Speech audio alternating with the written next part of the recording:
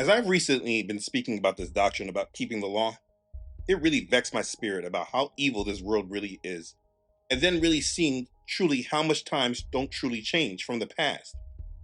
Our Father loves us and has provided us all with a way of atonement so that we are able to be connected to Him, because He cannot dwell around the unclean and unholy. He has provided us all a way to be accepted by Him. But the wickedness in the hearts of men have attached to Satan so much that they have determined that what he did was not good enough. And in order to accept his gift, he really needs to say that we don't do anything towards him in regards to obedience. He should just accept us because we believe in Yahusha, his son. It is truly a scary thing to imagine the amount of people that will be standing before him thinking they were accepting him, and Yahusha tell them, I never knew you. Basically saying, you are not one of my sheep. It's truly scary to really imagine it, but we know this is exactly what will be the future for many. And this topic in this video is one of the main reasons for it. I've talked for years about this false doctrines, from the pagan holidays to the changing of the Sabbath day to Sunday, which they call the eighth day, to false religious worship, to the Trinity doctrine, to being attached to the ways and mindsets of this world. All these things. But what it really all falls down to is this overall topic of the law. Because people feel that Yah's law is no longer something we adhere to, it's exactly why there are so many different types of application around this faith. If people were serious about the law, people would be so careful about applying all these different applications. The religion of Christianity is a faith of Gentiles that are only influenced by the Hebrew scriptures, but also it veers away from Yah on the things that Yah requires. This religion does not lead to Yahuwah, but to Satan. And I do understand why people can be so defensive about a point like that. But there's nothing else that can be said, especially with these times that we're in. It is a major warning that I do not say lightly, but I wish people would heed. Yah is holy, and his people must be as well. And Christianity does not create the conditions for this. Christianity is a faith created and influenced by Gentiles that presents a form of the faith that was carried by the Israelites, but leaves out the important factors of being holy and set apart that our Father Yahweh requires. I mean, in Christianity, we don't even call our Father by his name, but they just call him God. God, a general title that other religions like Satanism use for who they worship. Using this title alone does not make Yah separate and set apart from all these other false gods. He has a name. This faith of Christianity is presented from the mindset of pagan Gentile converts that have adapted their religion to the way that they would like to see it and how they believe it should be. And they did this from the start because, as our Messiah prophesied in his parable, they are tares that Satan planted in the same field Yahusha planted his good seed. And above all doctrines, this doctrine of lawlessness that the Christian church likes to call grace, this is a doctrine of Satan that is all about a promotion of rebellion. And the reason why I believe most do not understand this is because they have heard the scriptures from a complete Gentile perspective. The Bible is not a Gentile book. It is a book about the Hebrews that both Israel and Gentiles all can learn from to know what it is our Father loves and what it is that he hates. If we stop looking at the scriptures from our own perspective, but from the perspective that the Bible is written from, I think that this faith that we all claim would be much easier to understand. I mean, imagine if you're in China and you're attaching Chinese culture to the Hebrew scriptures. There is a lot of things that would be misunderstood because the culture of the Hebrews is set apart from all other nations in the world. So listen, I want to present this biblical faith to you from the perspective of the Hebrews who actually wrote the scriptures, and not from the perspective of the Gentiles who hijacked it. When this is over, this paradigm shift, I'm sure, will steer all who love Yahweh into the truth. Let's begin. Okay, so I don't want to start too far off, but I don't want to skip important points. So we're just going to start here. Let's be clear that through the history of this large world, there was only one group of people attached to the creator of heaven and earth. This was the children of Israel. These people were chosen by him and were in a covenant by him that they broke and were punished severely by him. But one of them, the kingdom of Yahudah, was given another chance to be right with Yah, and they came back to the land, and they weren't going to fail at it because they rather die for obedience to Yah rather than live and be in rebellion with him. And at some point before Yahusha came, they fought for their independence, and that was called the Maccabean Wars. They fought against the Greeks. This book is in the Catholic Bibles, but is not in the Protestant Bibles. And because of this, a part of the culture of the Hebrews is lost that people do not understand before Yahusha came. I don't think Christians really have a strong understanding of the true way of ancient Israel. But really, to understand the Bible, you really need to have a good understanding of the set apart ways and how they were. So let's understand it from understanding who these people were and how they lived. They were a people in their land, while also many of them, they were scattered around Asia Minor, and they had their own communities, and they lived a life different than every other nation around them. You see, according to their Torah, they were not allowed to mix and adapt to the ways and the customs of the other nations. They were given rules that they were required to live by. Now, the most important commands were given to their ancestors, and those commands were written on tablets of stone that was then moved into the most holiest place of their land. There were 10 commandments that they were told that they had to abide in. There were also many other customs and laws as well. They were very much a nation tied to their laws and way of life, and most people don't recognize how serious it was. If you want a contemporary example and understanding of this, you should look at countries like Saudi Arabia or Iran. Saudi Arabia enforces Sharia law with little tolerance for other religions or interpretations of Islam. Practicing any other religion other than Islam there is prohibited, and apostasy, meaning abandoning Islam, can be punishable by death. You see, this is their way that they live in their land. It is their religion and how they are told that they are to worship their God. And there is absolutely no tolerance for other ideas and practices. Now, I can use Islam as an example because Islam is influenced from the Torah of the Yahudim who lived in Arabia at the time of Muhammad's conversion. But that's another story. Please don't get lost with that. The point I am making is that 2,000 years ago in the land of Judea, the people of Saudi Arabia and Iran could be compared very much to these people. I'm speaking in regards to tolerance. They had no tolerance for the breaking of the Torah, and the Torah was their culture. It was the way that they lived their life. They were the only nation of people that no matter where they were, on the seventh day, they stopped and they rested. They met at their synagogues and worshiped a different God than everyone else in the world. They didn't eat the same foods. They did not intermarry and intermingle.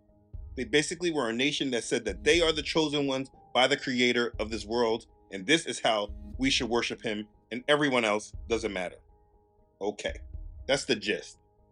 This was the way that they lived their life, and so that leads us to the period of times of the New Testament when Yahusha came on the scene. And at this period, we see the death and resurrection of Yahusha, our Messiah. Yahusha is the Holy One who is prophesied to come. There was a great deal of prophecy about him that he fulfilled, and he had a following of believers before he died, and then after he resurrected, his followers grew the belief in him and spread it, and belief in him became very controversial.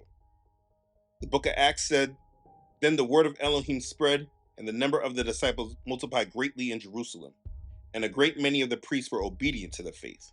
Acts chapter 6, verse 7. "And Stephen, full of faith and power, did great wonders and signs among the people. Then there arose some of what is called the synagogue of the freedmen, Cyrenians, Alexandrians, and those from Cilicia and Asia, disputing with Stephen. And they were not able to resist the wisdom and the spirit by which he spoke. Then they secretly induced men to say, 'We have heard him speak blasphemous words against Moses and Elohim.' And they stirred up the people, the elders, and the scribes, and they came upon him, seized him, and brought him to the council. They also set up false witnesses who said, 'This man does not cease to speak blasphemous words against this holy place and the law. For we have heard him say that this Yahusha of Nazareth will destroy this place and change the customs which Moses delivered to us.' And all who sat in the council, looking steadfastly at him, saw his face as the face of an angel." Acts chapter 6, verses 8 through 15. And they killed Stephen. So what I'm explaining is that because of Yahusha, there was a radical change that was happening and gaining influence. There was a change to the customs that the Yahudim, particularly the religious leaders, that they rebelled against. The followers of Yahusha were declaring that there was a change to the law. And this is the basis of where religion starts, where all the confusion starts. So let's start here. What Christianity says. Christianity wants to say that there was a change to the law. And basically what that means is that all that our Father required Israel to do for salvation is no longer needed. They call all of it works, basically working for salvation. Let me read this. According to the Christian website, gotquestions.org, in regards to faith versus works, it says, biblical Christianity teaches salvation by faith in Jesus Christ, apart from any works we do. Perhaps the best place to start is to clearly define faith and works. What is faith? Hebrews chapter 11 verse 1 sets out the definition.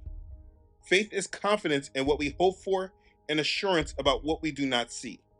Faith is that which assures us that our hope is reality, even though we cannot yet see it.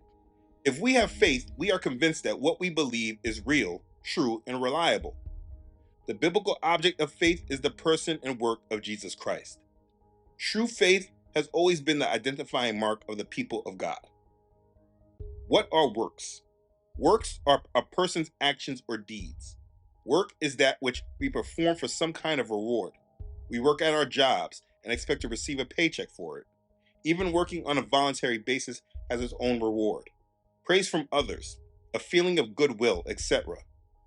In the context of salvation, work refers to good deeds we do, especially religious or charitable acts or the observance of the Old Testament law. That right there. In the faith versus works debate, two sides maintain that either we are saved by faith and faith alone, or we're saved by works, or more commonly, works added to the faith. Which side is correct? What is the biblical relationship between faith and works? And they discuss some of the points. Okay. Let's just focus on the main point. That in regards to this faith, they consider works to be good deeds. That's how Christianity defines it. And this definition is extremely important to get down to, because what if what Paul was calling works of the law was not the same definition that Christians were declaring it to be? Could it be that that one definition helped create a new religion? So based on that article from Got Questions, it asserts that basically in Christianity, doing our good deeds in order to receive this gift that Yah gave Israel is looked at as works. And because it's works, and we're not justified by our works, we are not required to do these things that Yah has said. So therefore, in Christianity, what is preached is that everything that our Father told Israel to do and how to live according to the Old Covenant is a form of works. And it makes it that you're trying to earn your salvation if you do them. And so basically what Christianity tells us to believe is that this nation of people, after Yahusha died and resurrected, there are a body of believers who are called the church. And they went around telling everyone that all the ways that the children of Israel lived since they came out of Egypt no longer mattered. And they were not tied to these laws and statutes any longer. This is what Christianity imagines it to be. According to Christianity, imagine that they were out there telling the people that they didn't have to keep the Torah anymore. We're talking about to the Yahudim. Telling the Yahudim that they didn't have to follow those laws anymore. Saying stuff like, everything that our Father chastised and punished our ancestors for not following, He has now given us all a way that we don't need to do any of these customs anymore. Basically, they're saying, what we say and what we write to you, all now, this is what you follow. So you can imagine that some of the followers said, well, what about the 10 Commandments? They said, well, of course we keep the 10, but we don't have to keep that fourth one anymore. We don't honor the seventh day, but we'll keep the eighth day because it's new. Oh, also, eat whatever you want. We know that all our lives these foods were not good for us, and we never let these unclean animals touch our lips before. But because Messiah died for us, these foods are now good for us. Remember Isis? Wait a second. Wait. Who's that? Mashiach. Oh, Isis, that's his name in Greek. Why did you change his name? Was the Messiah Greek? His name was Yahusha. Oh, you all don't get it. It's new. Our culture doesn't matter over anyone else's anymore. We were only set apart under the old covenant. Today we are something new. If you want to call him by Greek, it's fine. Even though we despise those Greeks who try to take over our land and force us into their customs, now that Messiah died for us, we can now adapt to the Greeks. Because it's popular. This is what everyone says, so we should say it. Satan's movement is grown and much more influence than ours, so it's only right that we just adjust to it so everybody can understand. Anyways, Isis, remember, he said that it's not what goes into the mouth that defiles a man, but what comes out of the mouth. This defiles a man. Hold up. Wait a second. My cousin was there when Yahusha said that, and he was talking about the tradition we have about washing our hands before we eat. My cousin literally said he explained to his disciples, for out of the heart proceeds evil thoughts, murders, adulteries, fornications, thefts, false witnesses, and blasphemies. These are the things which defile a man. But to eat with unwashed hands does not defile a man. That's what he said. He didn't say we can eat a pig. Yahuwah said, those who eat swine's flesh and the abomination and the mouse shall be consumed. We don't understand. Are you saying Yahuwah changed? No, he never changed, except that he did. He said the things he has always cared about and guided us to follow, he no longer cares about those things. He's made things much easier for us. You all don't get it? We're Christians. Isis is the Christos. And because we follow Isis, all we have to do is now believe. That's it. Wait, so you're saying now that all we have to do is believe? Yes, this is what I'm saying. Believe is all we have to do because we have liberty now. Oh, before I forget, let me give you this. Take this. Bro, what's this? Oh, this is my Christmas list. Christmas list? What's Christmas? Well, you know how the Greeks, the Romans, the Babylonians, Egyptians, they all celebrate their god on the winter solstice? Well, we've decided that we're going to celebrate Isis's birthday at the same time, and we give each other gifts and we put up Christmas trees. Wow, brother, this is really too much for me to follow. This sounds completely opposite from everything I was told by the law and the prophets. I really can't catch on to any of this. There's so many changes. You are saying that the law and commands that we lived under, that they're no longer valid, and everything that Yah said to us, we no longer have to follow. It's not the 10 commandments anymore, but it's really 9, but still really 10, because Sunday's the 8th. You're saying all foods are no longer unclean, so even though pigs eat trash, we can still eat them. You're saying that the feasts Yah told us to remember are no longer to be celebrated, and we're now celebrating Christmas and Easter.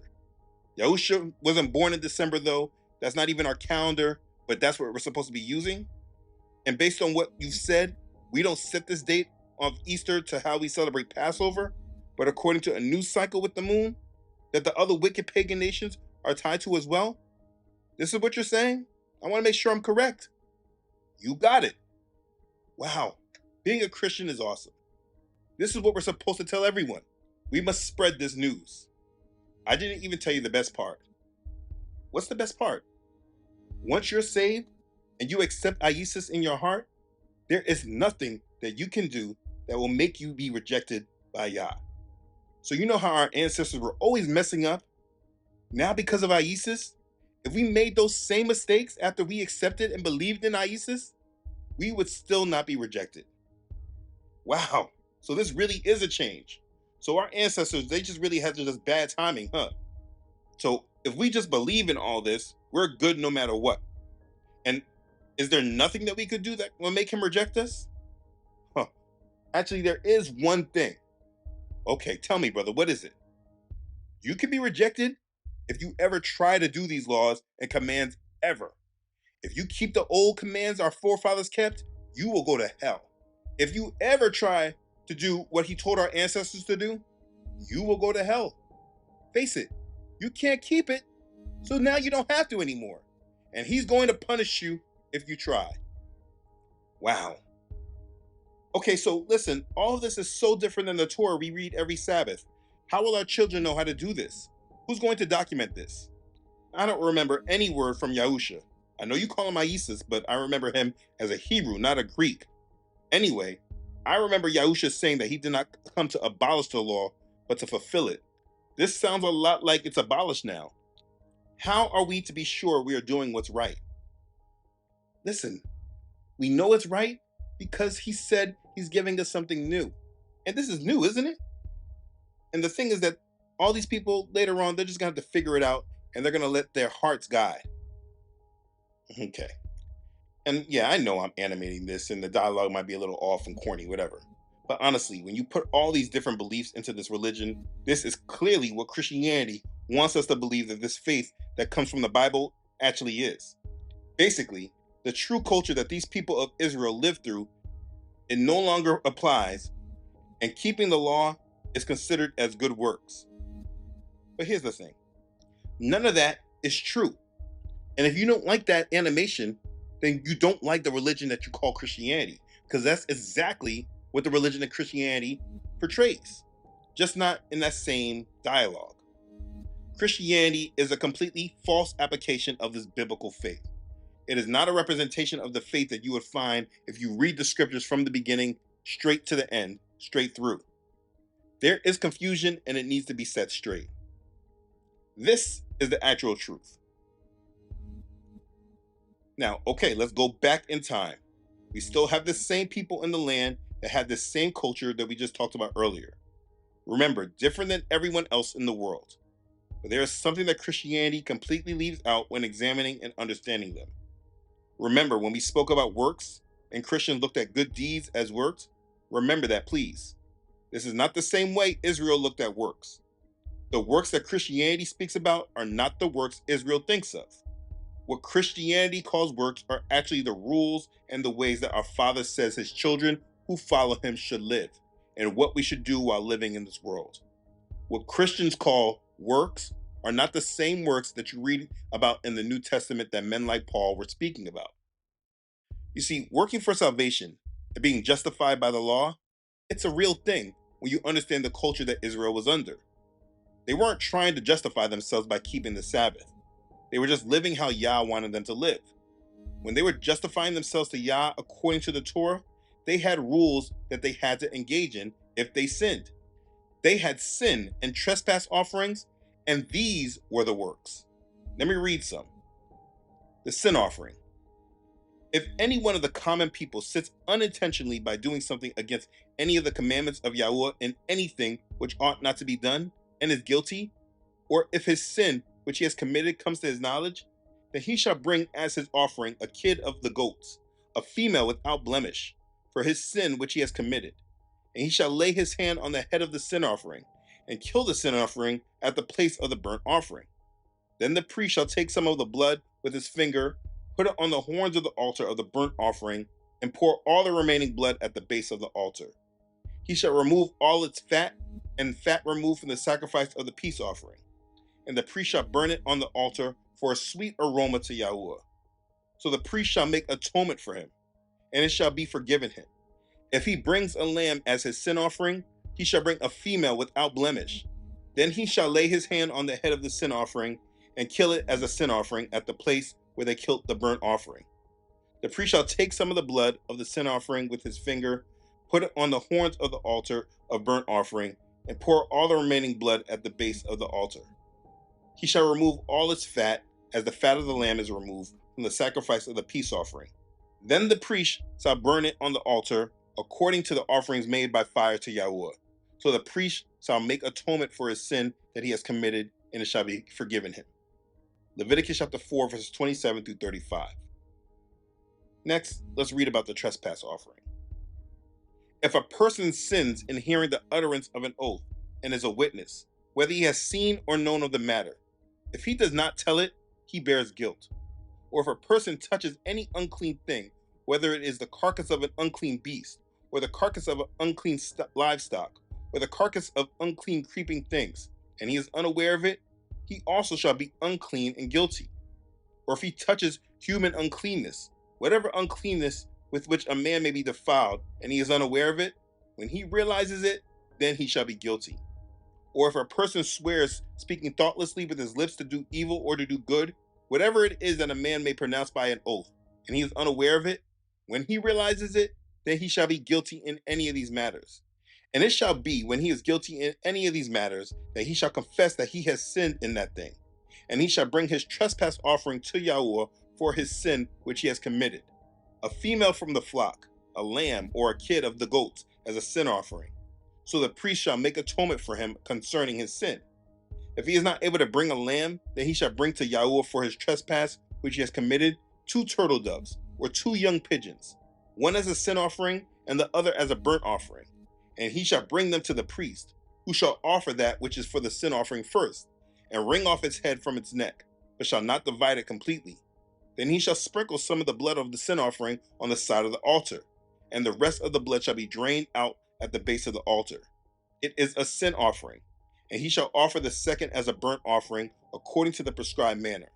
So the priest shall make atonement on his behalf for his sin which he has committed, and it shall be forgiven him.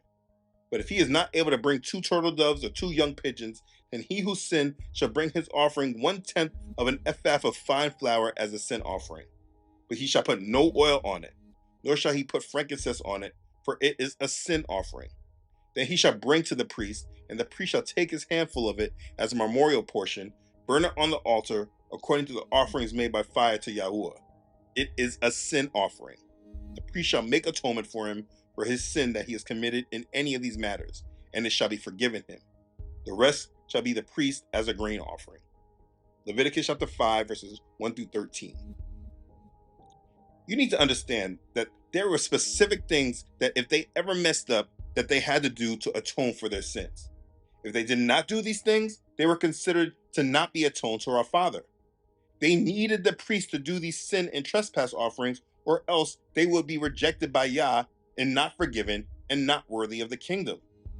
The sin offering was mandatory as it atoned for sins and cleansed them from defilement. There were 5 possible elements of the sin offering, depending on the financial situation of the person. A common person could offer a female goat. The poor could offer fine flour. You see, the ones of ancient Israel would offer sacrifices in the temple to atone for their sins. They had instructions from Yah what to do, and the faithful ones followed them. The sin offering cleared the man's responsibility for his sin. Either the guilt was borne by the individual, or its penalty was paid through a blood substitute.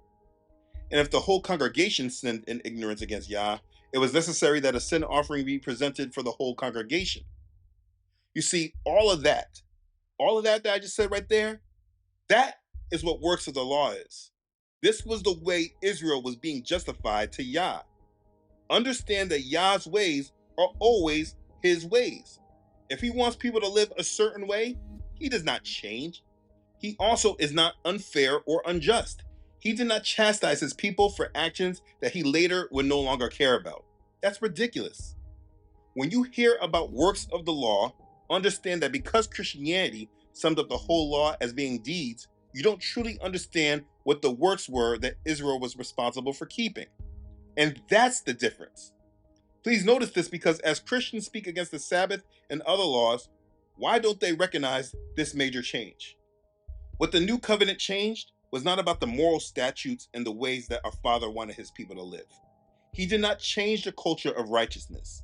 He raised Israel to be an example of righteousness and being set apart. He did not just end this and leave it up to them to decide what it looks like. Absolutely not. You actually don't have any example in the scriptures of what living outside of the Torah looks like. What changed in the law is the way he allowed his people to atone. Before, in the old covenant, if they sinned, they were required to go to the priest and atone. Please imagine this lifestyle of the people. Like they treated their neighbor wrong by accident. They had to go and atone. They knew that they took something from the neighbor because of temptation, and now they needed to atone.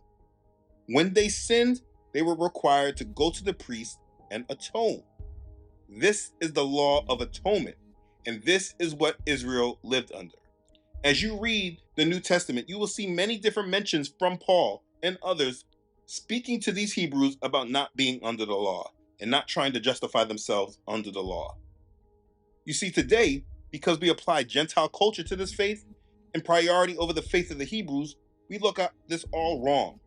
We look at obeying Yah and his commandments as works, when this is completely false. None of this is works. This is just us coming into submission and being his. Please think about this.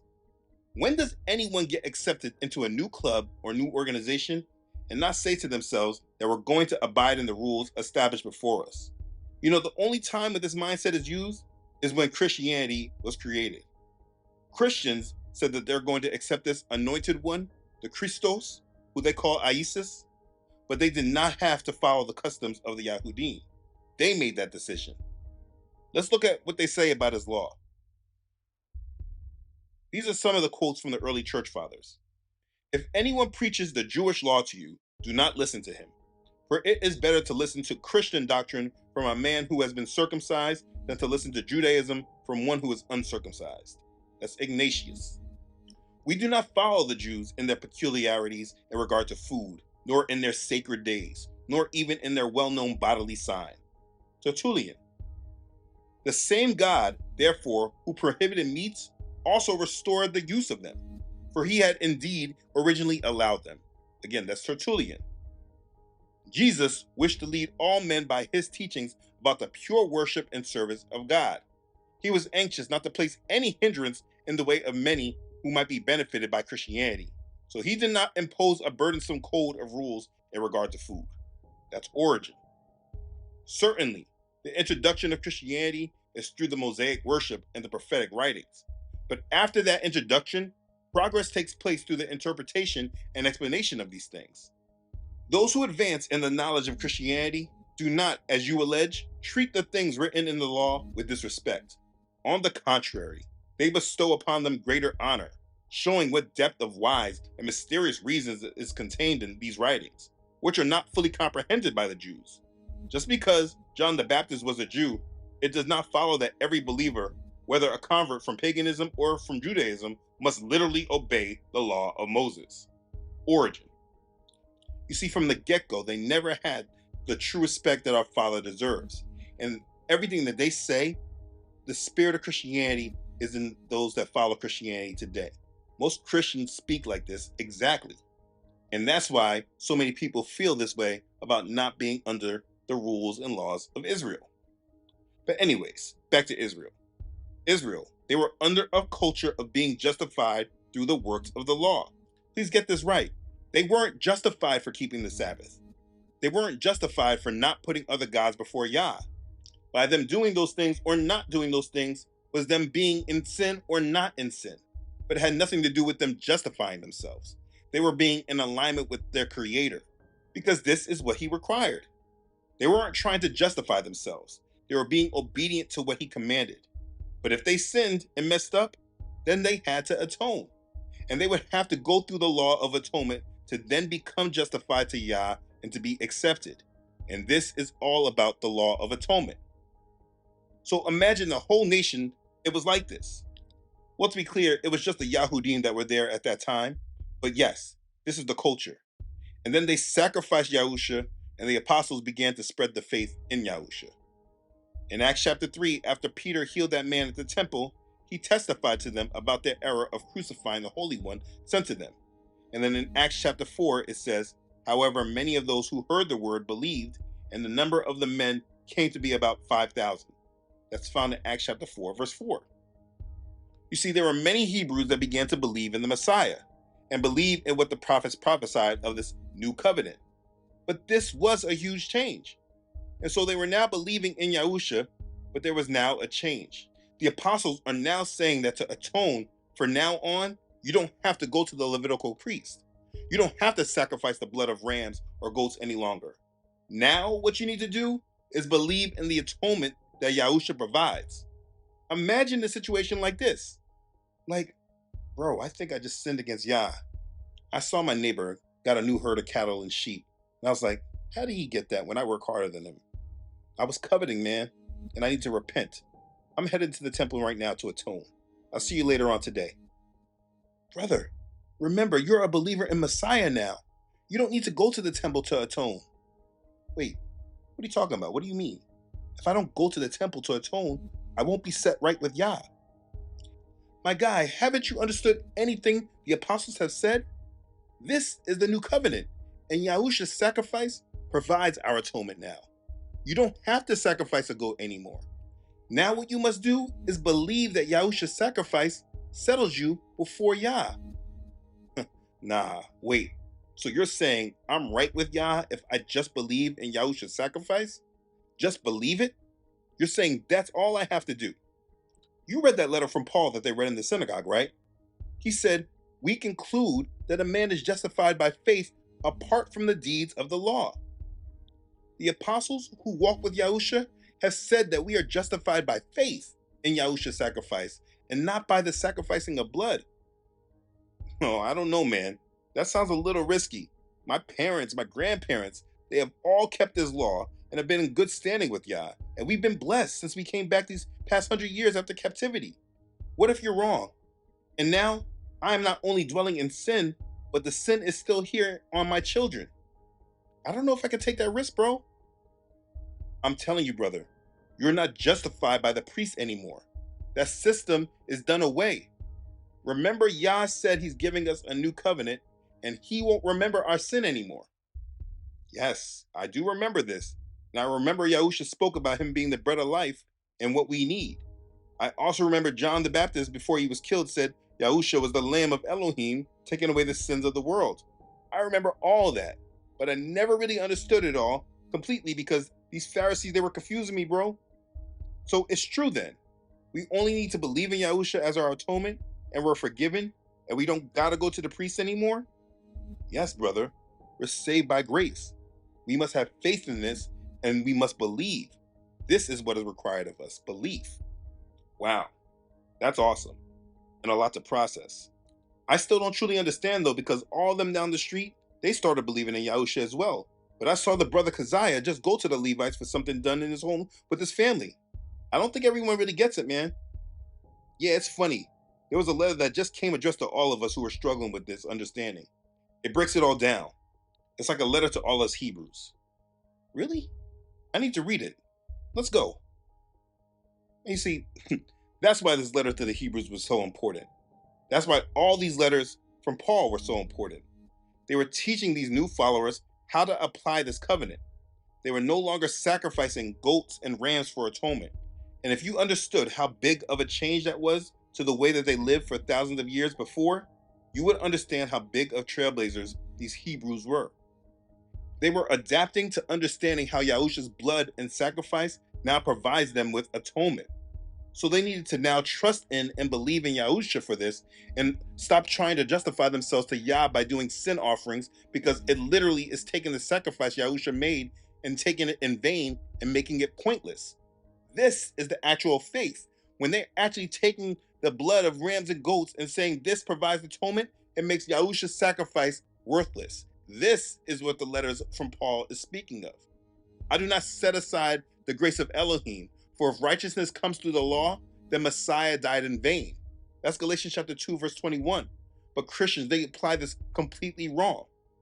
When you understand exactly what Paul is saying here, it hits differently. The thing is that Christianity is a faith that comes from tares that never wanted to be obedient to Yah, and they never wanted to adapt to the culture of the Hebrews, as you see the quotes from the early church fathers from earlier. And many more of those quotes exist. And when you read them, you'll see that through the history, the Christianity that the world practices took the influence of these early church father men, and they created the doctrine of how they were going to use the sacrifice of Jesus as a justification for all of them, while also not aligning to what made Israel set apart to Yah. Do you know that pagan culture is obsessed with the afterlife? If you ever went to Egypt, you'll see that it's a religion that's focused on the dead and what happens when we die. The pagan culture of Greece, then Rome, is just a culture that extends from Egypt and then Babylon. They wanted doctrine that assured them of being secure when they crossed into the afterlife and they died.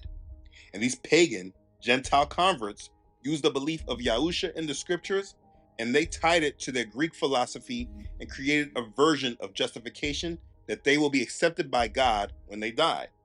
And they used this doctrine of justification in the religion of Christianity while leaving out the rules and laws of the Hebrews that they rejected from the beginning. The quotes I read to you was from the beginning of the religion of Christianity. And they used these letters from Paul and other verses and created a doctrine of accepted lawlessness, because those reading these letters never understood the actual law that all these Hebrews knew and they lived under. And imagine, as Christianity grew, then Rome began to forbid the people to be tied to the Yahudim and not practice its feast or rest on the Sabbath with them. This was Rome. The churchmen on the Council of Nicaea, among other agendas, sought to separate the Yahudim from the Christians. They sought to separate the Jews from the Christians, so they forbade them to eat unleavened bread on Passover or even to celebrate this holiday at the same time as the Yahudim. It was at this event that they set the time of Easter, which went along with the pagan fertility festival, which is syncretism. But what they did was made Christianity separate from the ways of the Yahudim. They prohibited Christians from visiting synagogues and listening to any of the Yahudim preaching or teaching. And because of this, this is why no one cares for the chosen people of Yah today. And is exactly how the persecutions, the inquisitions, and complete rejection of the Yahudim over history was allowed. You see, the Roman Church made a complete separation from the Yahudim instead of understanding that all who come into the faith of Messiah are grafted into the Yasharel. They made sure that they were separated. They urged the Yahudim not to observe the day of rest on the same day that the Yahudim observed, and they instituted Sunday as the only Christian Sabbath. So it changed the day of rest to the first day of the week, which they call the 8th day, instead of the 7th day. Understand, Christianity made a completely new faith, and all that is well documented history if you want to look it up. But here's the thing, for the true Yahudim who accepted Yahusha and were believing in him now, you have to understand that for those in the truth, no longer sacrificing goats and rams, but just saying that you trust that you're accepted, that was a crazy and risky concept. It went against accepted religion of their time, which is why the book of Hebrews, chapter 11, focused so much on faith. Being justified by faith is a completely new covenant. But nowhere did it ever say that everything else that Yah commanded is done away with. Not once do you see that. Do you recognize the amount of explanation that would need to be done on all topics in order to tell these people that the culture that they live under all their life means nothing anymore? I mean, in order for them to apply that type of belief, you best believe there will be explanation, a strong explanation of this. Yahuwah does not change. Everything he said and the way he guided his people are for good reason, and they still are valid today. And for those who follow them, you will find a more blessed life and more peace. This is not a faith led by Gentiles. Gentiles do not create this faith. Gentiles get aligned to the faith of the Hebrews. They do not create the doctrine of this faith. I mean, in this new covenant, as he promised he will remember our sins no more, he promised that he will be writing his law on our hearts. Yah's law will be written on believers' minds and in their hearts. This is in contrast to the first covenant that we went over in the last series, in which Yah wrote his law on tablets of stone. In the new covenant, he is writing these laws on our minds and our hearts, which is so important to understand. If you say the law is done away with, it makes absolutely no sense, because that's not the covenant. The covenant is that the same law that he wrote on tablets of stone, he's now writing on our hearts. So here's the thing. If you have a problem keeping his commandments, you have a problem with the new covenant. There is no abandoning the law. He is writing it on our hearts. The new covenant does not negate the law or the Torah. The new covenant writes the Torah on our hearts, so that if we walk according to the Spirit and how he moves in our life, we will be living according to the Torah and applying it through a circumcised heart. The new covenant does not remove the adherence of the Torah. The new covenant writes the Torah on our hearts, and he does this through the receiving of the Holy Spirit.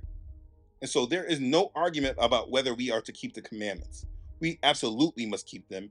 And understand this, if you are ever speaking against keeping the Torah, it's because the Torah that should be written on your heart has been quenched. And that's the exact reason why the devil wants to keep you out of the Old Testament, because when you read it, you will reignite the fire and his spirit, which will lead you to keep his Torah and live the way our Father has always desired.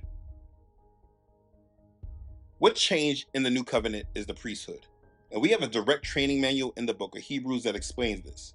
If you have not watched my series breaking this book down, please go back and review this. The devil has deceived a great deal of people, teaching them that our Father's laws and commandments no longer apply. It brings people away from the desire to have a set-apart, obedient relationship with our Father. It quenches the spirit as he leads you to repentance and change, because you think you're doing too much or you're doing something wrong. The only one that wins by you not keeping the Torah is the devil. Please tell me how this world would be wrong if this whole world was under this Torah. Here's the thing, and the hard part to hear. If you don't understand this and how important that question is, you won't be coming into the kingdom, because this kingdom will be for Yahusha, our king, ruling with a rod of iron. And if you think he's accepting you, lawless ones that don't desire his Torah, you're deceiving yourself. Right now, you should be preparing yourself for him, and I promise you, a lawless attitude will be rejected. You won't get it all right immediately, but the more you try, the better you will be, truly, until you are a new creation. Imagine accepting his sacrifice for your sins, and you continuously dwell in sin because sin is transgression of the law. So if you hate the law, you're always in transgression of it. Whosoever commits sin transgresses against the law. For sin is the transgression of the law. 1 John chapter 3, verse 4. If sin is the transgression of the law, then how can you say you don't have a law to follow? That is being double-minded, and it will lead your soul where you really don't want it to go. Please understand what changed in the law and apply the scriptures in context and not through false religion of tares leading the masses to the pit of hell. This has been communicated to you, so no one can say that it has not been said. Please don't harden your hearts to this and make this about me. If you don't know or understand how Israel had to atone, then you didn't understand what the difference in atonement for them looked like. If you didn't understand what the works of the law for them was, or being justified under the law looked like, you didn't understand what really changed in the new covenant. If you didn't understand what was written in the book of Hebrews as he communicated what the change was in the law, you didn't really understand this new covenant. Now you do, and you still have a chance to repent and accept Yahusha truly through his sacrifice and truly live a life away from sin and be accepted by Yah. If you are willing to bet your soul on this understanding Christianity has provided you, then so be it.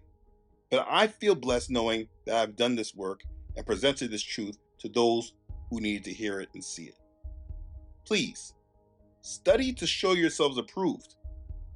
And above all, repent. For the kingdom of Yahuwah is truly at hand. Be ready for it. And be blessed. Hallelujah. Praise Yah. Okay, thanks again for watching. If this has blessed you, please make sure to like it and share this video with others. If you haven't already done so, please make sure you subscribe to this channel. Yah willing, I upload every Friday. Also, please don't forget to follow this ministry on Facebook and Instagram, as well as on my website, truthunedited.com. I really would like to give a special thank you and shout out to those who have donated and continue to support this ministry. I'm very thankful for the love of our Father, and I thank you for your obedience to Yah's call on your heart. I'm always humbled by your support, and I'm very thankful for you. You know who you are. Okay, thanks again, everyone, for watching. Make our Creator, the Most High, the priority right now. Be ready for the kingdom. Be blessed. I love you all.